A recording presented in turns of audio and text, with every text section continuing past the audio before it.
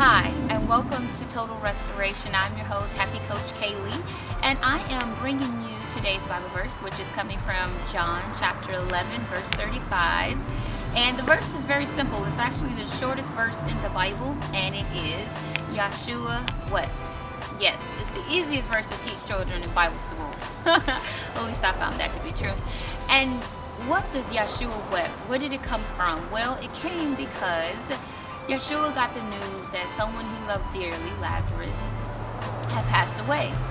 And I'm sure it wasn't just Lazarus that caused Yahshua to weep, to cry, to feel this heart-wrenching emotion. I'm sure it was a lot of things. The Lord saw many things while he was here on earth, and he felt all things on the cross, and he is also all God and all man. So he knew these things before they happened, and he knew they were going to happen. And so, like the rest of us, it got to a point where it made him cry. Now, if the Lord is able to cry, surely we must cry too.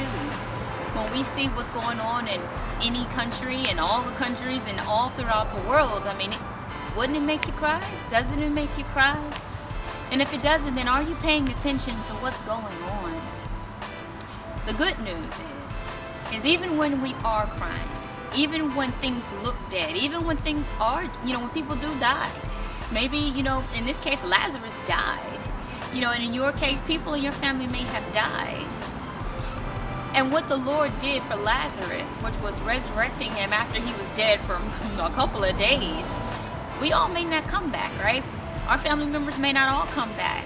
Stuff that dies off may not come back. But I believe it's more than just bringing Lazarus back that the Lord resurrected. He resurrected hope for those that were looking upon Lazarus.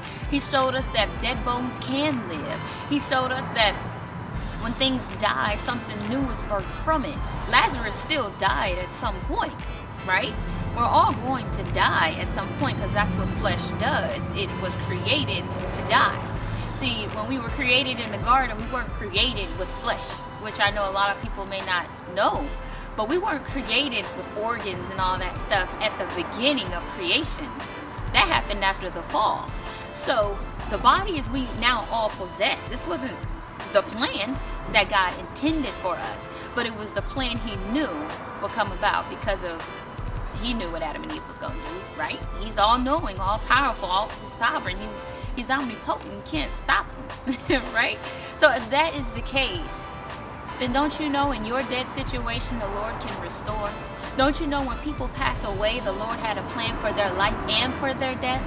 Just because you die here don't mean you die in purpose. Don't mean your destiny is dead. Don't mean your legacy is dead. It just means that your legacy has been fulfilled to the point that it was supposed to be for this time. So I want to encourage you all and remind you that the Lord has looked upon your pain and looked upon your frustration and sees the things that are going on and around and about your life, and he cares about you.